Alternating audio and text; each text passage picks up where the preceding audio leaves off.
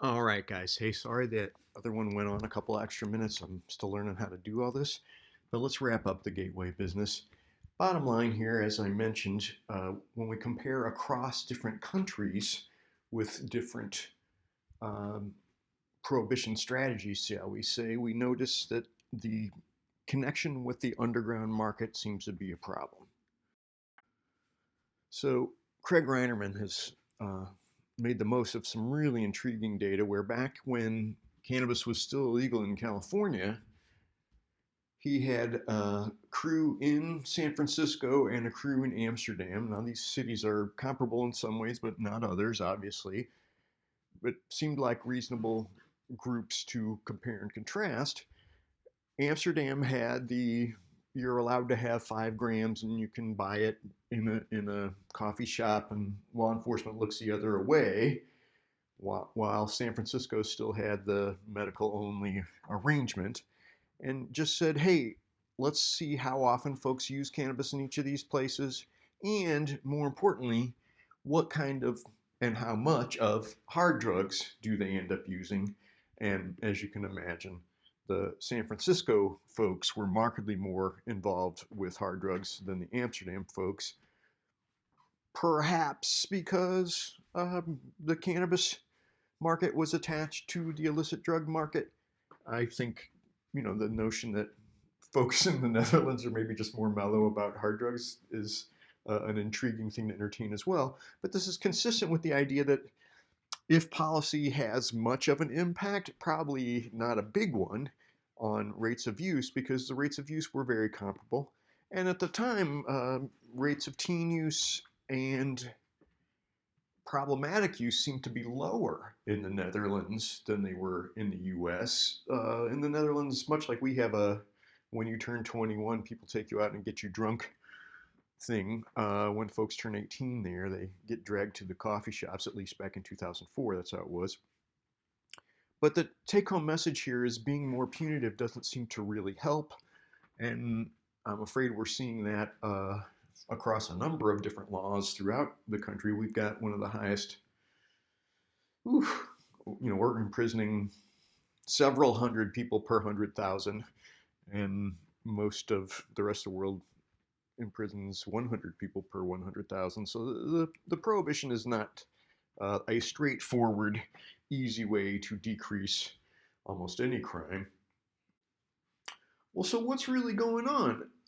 Even Robert DuPont, who is notorious prohibitionist and really, uh, I mean, I'm not going to go to the conspiracy theories here, but he's a guy who, at least in one way or another, indirectly makes a ton of money off going to different companies and saying, I'll run your drug program for you. And by the way, you need to screen all your employees. And oh, let me go to your schools and I'll make sure all your adolescents are drug tested too. And then, oh, by the way, here's a drug testing company I can recommend. And he gets money from them too.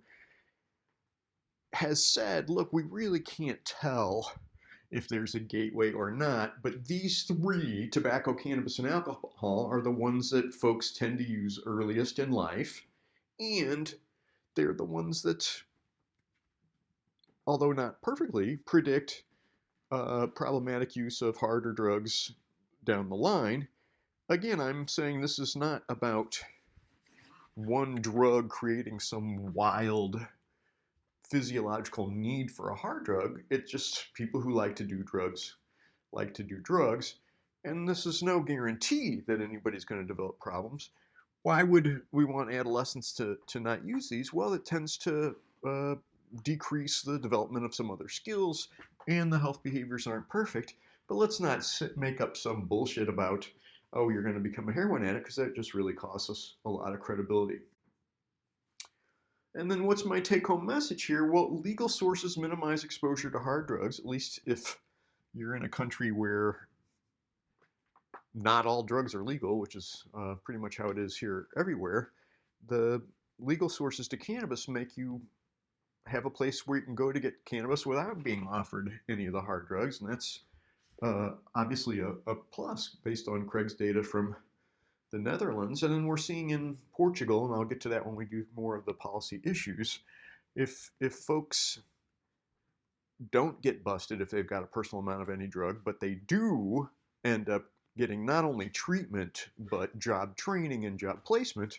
What a surprise. All kinds of problematic things go down. Unfortunately, this does cost money, but that's another issue. It does raise the question, what should I do? I mean, you personally, what should you do? Don't use drugs problematically. If you've got younger siblings who are talking about experimenting with tobacco or alcohol or cannabis, make them as informed as possible. But as you know, the knowledge of just drug function and history is not going to decrease any problems. Identify other behaviors that you value, just as we saw with the rats having something else to do, something else to eat, something else to enjoy other than the drugs led them to use fewer drugs in a cage.